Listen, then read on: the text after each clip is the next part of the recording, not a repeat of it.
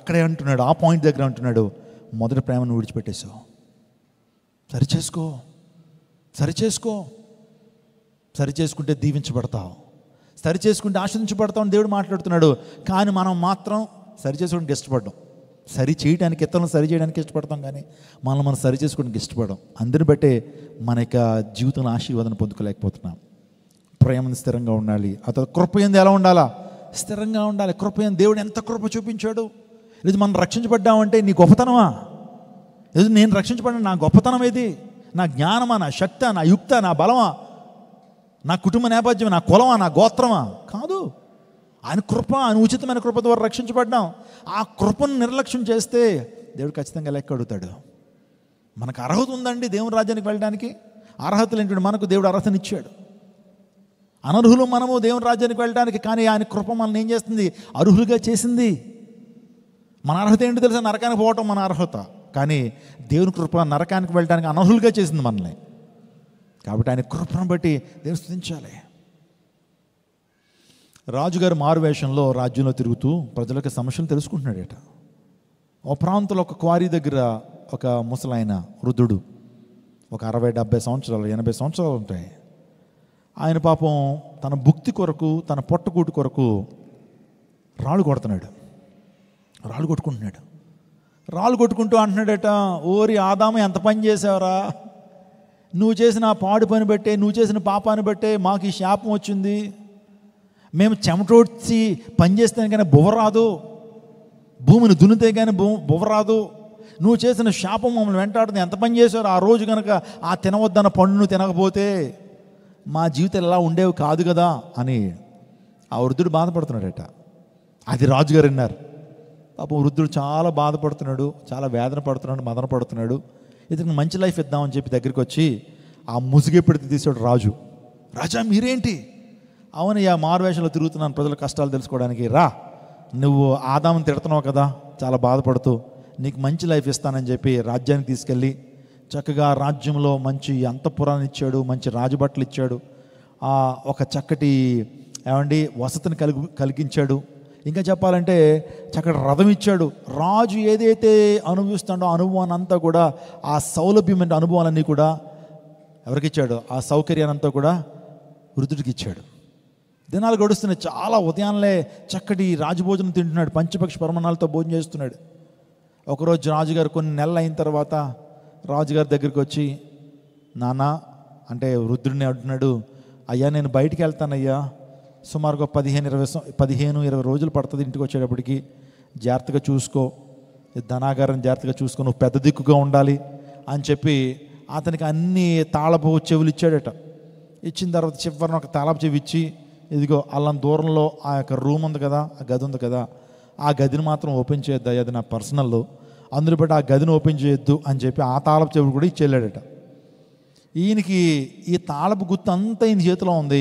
ఆ సెపరేట్గా ఒక తాళపు చెవి ఇచ్చాడు కదా, ఇప్పుడు దీనంతా పక్కన పెట్టేశాడు, దీన్నే పట్టుకుని తిరుగుతున్నాడు. ఏంటో తెలుసా? ఆ గదిలో ఏముంది, ఆ గదిలో ఏం దాచాడు నాకు తెలియకుండా రాజుగారు ఏం దాచాడు, పైగా దాన్ని తీయద్దు అంటున్నాడు, నన్ను కూడా వెళ్ళొద్దు అంటున్నాడు. ఆ గదిలో ఉందో, ఆ గదిలో ఏముందో నాకు తెలియాలి. I want to know immediately what is there in side.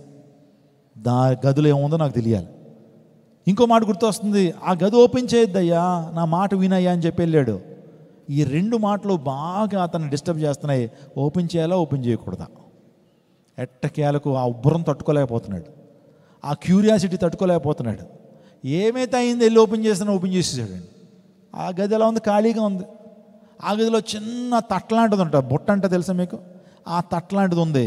ఓ దీనికోసమా, ఇందులో ఏముంటుంది అని చెప్పి ఒక్కసారి ఇలా తెరిచాడట. ఇలా ఎప్పుడు ఇది ఎత్తగానే అందులో చిట్టెలుక ఉందట, తెల్లటి చిట్టెలుక.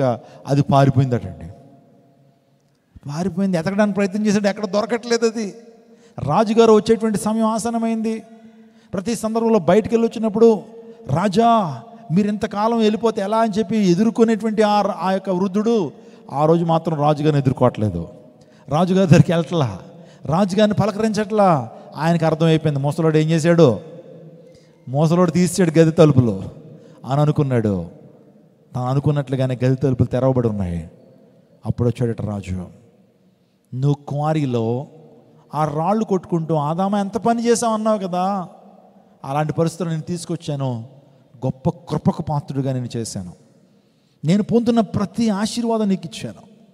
నా వస్త్రాలు ధరించడానికి, రాజవస్త్రాలు ధరించడానికి, అదే రీతిగా రాజభోజనాన్ని నువ్వు భోజనం చేయడానికి, తినడానికి, ఆ తర్వాత రాజ అంతఃపురంలో ఉండటానికి ఏ ఒక్కరికి లేని గొప్ప కృప వసతులు నీకు ఇస్తే నువ్వేం చేసావు? ఆదాం చేసిందే చేసావు కదా నువ్వు కూడా. దేవుడు కూడా సమస్తానికి అధిపతిగా చేశాడు. ఈ విశ్వానికే మకుటం లేని మహారాజుగా ఆదామవలను చేసి, ఆ పండు మాత్రం తినద్దయ్యా, అన్నీ తినచ్చు, అన్నీ మీరు అనుభవించవచ్చు, కానీ ఆ పండు జోలికి వెళ్ళొద్దు అని అంటే, ఆదాం చేసిన పనే నువ్వు కూడా చేసావు కదా, వెళ్ళిపో. ఇంక మరలా నాకు గౌరవం లేనటువంటి స్థలంలో, నాకు రెస్పెక్ట్ నీవు, నా మాటకు విలువ ఉన్నటువంటి నీవు నా మధ్యన ఉండటానికి వీల్లేదు. నన్ను ప్రేమించు నీవు, నా మాటకు విధేయతను చూపించు నీవు, నా మాటకు ధిక్కారాన్ని చూపించేటువంటి వ్యక్తివి నా దగ్గర ఉండటానికి వీళ్ళు వెళ్ళిపోయి మరలా ఆ క్వారీ దగ్గరికి వెళ్ళిపోయి రాళ్ళు కొట్టుకుని బతుకు. ఇప్పుడు అనుకో, ఓరి ఆదామే ఎంత పని చేసావు అనుకోదు, నిన్ను నిందించుకో. నువ్వు చేసావు, స్వయంకృత అపరాధం ఇది. ఇంకెప్పుడు కూడా ఆదామును అనొద్దు, ఇంకెప్పుడు కూడా మన పితరుడు ఆదామును అనొద్దు, నిన్ను అనుకో అని లెసన్ చెప్పి పంపించాడట. దేవుడు ఎంత కృప చూపించాడండి. మనం సజీవ లెక్కలు ఉన్నామంటే ఈ రోజున దేవుని కృప కాదా? చెప్పండి మీరు. మనం బతుకున్నామంటే దేవుని కృప కాదా? గతించిన 4 రోజుల నుంచి మనం న్యూస్ వింటున్నాం. ఎక్కడ చూసినా సరే ప్రతి హ్యాష్ ట్యాగ్ కూడా ఒకటే, pray for Los Angeles, pray for California, pray for America, pray for USA, save America, save Los Angeles, save California. నేను ఒక విషయం చెప్తాను, మీరు చూస్తున్నారు. కాలిఫోర్నియా అనేటువంటిది ప్రపంచంలో చాలా అత్యుత్తమైనటువంటి ప్రాంతం అండి. అందులో లాస్ ఏంజల్స్ అనేటువంటి ఒక సిటీ ఉంది. ప్రపంచంలో ఓ మాటలు చెప్పాలంటే రిచెస్ట్ సిటీస్ గురించి చెప్పాలంటే దీన్ని 4th ప్లేస్లో వస్తుంది అనమాట. మీరు చూస్తున్న లాస్ ఏంజల్స్ అనేటువంటిది ఆ 4th రిచెస్ట్ ప్లేస్. చాలా గొప్ప ధనికులు ఉంటారు ఆ ప్రాంతంలో, లాస్ ఏంజల్స్లో. నేను చాలా సందర్భాల్లో ఎవ్రీ ఇయర్ కూడా లాస్ ఏంజల్స్లో నేను ప్రీచ్ చేస్తాను. నేను 2016 or 17 I preached at Los Angeles in a కాన్ఫరెన్స్లో ప్రీచ్ చేయడానికి వెళ్ళా. అప్పుడు చూశాను అక్కడ హాలీవుడ్ అనేటువంటిది ఒకటి ఉంటుందండి. అంటే హాలీవుడ్ అంటే ఈ రోజున చాలామంది సినిమా యాక్టర్లు అందరూ కూడా అక్కడే నివసిస్తారు. గొప్ప సినిమా యాక్టర్లు వారి యొక్క ఇల్లులు ఎంత అంటే కొన్ని వందల కోట్లు $65 million వర్త్ ఉన్నటువంటి హౌసెస్ ఉన్నాయి అక్కడ లాస్ ఏంజల్స్లో. అలాంటి గొప్ప హౌసులు నిజంగా అక్కడ స్టూడియోస్, అక్కడే ఈ సినిమాలన్నీ కూడా తీస్తుంటారు. అందులో పారామౌంట్ కావచ్చు, సోనీ కావచ్చు, ఆ తర్వాత యూనివర్సల్ స్టూడియోస్ కావచ్చు, ఇవన్నీ కూడా అక్కడే ఉంటాయి. అక్కడ పనిచేస్తున్నటువంటి వారందరూ కూడా వారి యొక్క విలువైనటువంటి ఆ హౌసులు చూస్తున్నప్పుడు ఒక్కొక్కరిది $65 million వర్త్ ఉన్నటువంటి హౌసెస్ అండి. అంటే కొన్ని వేల కోట్ల రూపాయలు వర్త్ ఉన్నటువంటి హౌసెస్ అవి. అటువంటి ప్రాంతం ఈ రోజున మొత్తం కాలి బూడిదైపోయింది. ఆ దేశంలో ఎక్కువగా విండ్ వస్తుందండి, భయంకరమైన గాలి. ఆ గాలి ఎలా ఉంటుందంటే ఆ శబ్దాన్ని చూస్తే భయపడతాం మనం, అంత విండ్ ఉంటుంది. అక్కడే చాలా విండ్స్, ఆ మిషన్స్ పెడతా ఉంటారు, దాని నుంచి పవర్ తీస్తూ ఉంటారు అనమాట. అంత ఎక్కువ గాలి వస్తూ ఉంటుంది. ఆ గాలికి ఏమవుతుందంటే ఆ యొక్క కొండల మీద ఉన్నటువంటి చెట్లు అంటుకుపోతూ ఉంటాయి. ఆ యొక్క ఫైర్ ఏమవుతుందంటే ఊర్లోకి వచ్చేసిందండి. వచ్చి అక్కడ హౌసెస్ అన్నీ కూడా చెక్క హౌసెస్ అనమాట. పైకి మాత్రం ఎలా ఉంటాయంటే అవి చాలా గొప్పగా ఉంటాయి. అక్కడంతా చెక్కలతో కడతా ఉంటారు. ఇల్లులు అంటుకుపోతే గొప్ప భవనాలన్నీ కూడా కాలిపోయి మొత్తం సిటీ అంతా కూడా బూడిదైపోయింది ఈ రోజున. ఎవరు ఊహించలా అంత భయంకరమైన రీతిలో అక్కడ వచ్చేటప్పటికి ఏ టెక్నాలజీ కూడా ఆ మంటలను ఆపలేకపోతున్నాయి. ఏ టెక్నాలజీ, ఆర్టిఫిషియల్ ఇంటెలిజెన్స్ కూడా వాటిని ఆపలేకపోతున్నాయి. దేవుని ఉగ్రత వస్తే ఎవరు తాడగలరు? దేవుని కృప లేకపోతే మనం బ్రతకగలమా? గల్ఫ్ అంతా కూడా అసలు వర్షాలు పడవండి, అసలు వర్షం ఉండదు, సంవత్సరంలో ఎప్పుడు వర్షం ఉండదు. మీరు ఈ ప్రాంతానికి వెళ్తే కువైట్ కానీ, లేకపోతే సౌదీ అరేబియా కానీ, ఖతార్ కానీ, ఈ దేశాలకు వెళ్తే అక్కడ వర్షపాతం ఉండదండి, మొత్తం ఎడారులే. కానీ ఈ రోజున ఆ మక్కా లేకపోతే ఆ యొక్క సౌదీ అరేబియా ప్రాంతంలో ఆ వరదలు చూస్తుంటే ఎంత భయంకర వరదలు అంటే మొత్తం కారుల్ని కొట్టుకుపోతున్నాయి. ఆ యొక్క ఎడారుల్లో ఈ రోజున మంచు కురుస్తూ ఉంది, భయంకరమైన మంచు కురుస్తూ ఉంది. ఏంటి ఈ యొక్క వైపరీత్యం?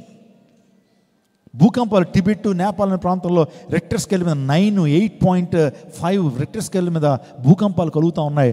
ఇంకా సంవత్సరం ప్రారంభించబడి 10 రోజులు కూడా అవ్వాల. భయంకరమైనటువంటి ఈ యొక్క న్యాచురల్ కెలామిటీస్. దేవుని కృప లేకపోతే మనం బ్రతకగలమా? ఆయన కృపను బట్టి, ఆయన కృపలో మనం స్థిరంగా ఉండాలి. నా ప్రియ దేవుని, నేను ఎన్ని విషయాలు చెప్పాను మీకు? స్థిరులుగా ఉండమని చెప్తూ ప్రభువునందు ఆసక్తి విషయంలో మీరు ఎలా ఉండండి? స్థిరంగా ఉండండి. ఆ తర్వాత ప్రేమ విషయంలో స్థిరంగా ఉండండి, విశ్వాస విషయంలో స్థిరంగా ఉండండి.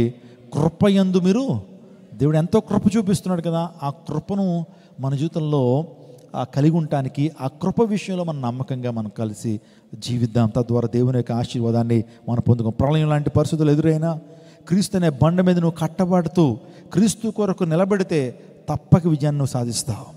స్థిరులుగా ఉండండి. సో చంచల హృదయాన్ని కలిగి ఉండొద్దు. ఒకరోజు ఓ మాట, మరొక మాట కాదు.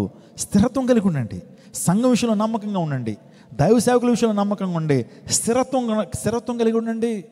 తద్వారా స్థిరత్వం మీ జీవితంలో గొప్ప ఆశీర్వాదం తీసుకొస్తుంది. సంఘం విషయంలో కూడా స్థిరత్వాన్ని కలిగి ఉండండి. దేవుడు మిమ్మల్ని దీవిస్తాడు. తల వంచుని ప్రార్థన చేసుకుందాం. Father God, we thank you Lord for the blessed message that have given us Lord. ఈ శ్రేష్టమైన సమయంలో నీ సన్నిధి కాంతి మాపై ప్రత్యేకంగా ఉదయింప చేయబడినట్టు చూపించండి. ప్రభు విన్నటువంటి వాక్యాన్ని హృదయంలో ఫలింపు అనుభవించి స్థిరపరచండి. నీకే మహిమ చెల్లిస్తూ యేసు శక్తి కలిగిన నామమున అడిగి వేడుకొంచున్నాము తండ్రి. ఆమేన్, ఆమేన్, ఆమేన్. Praise the lord.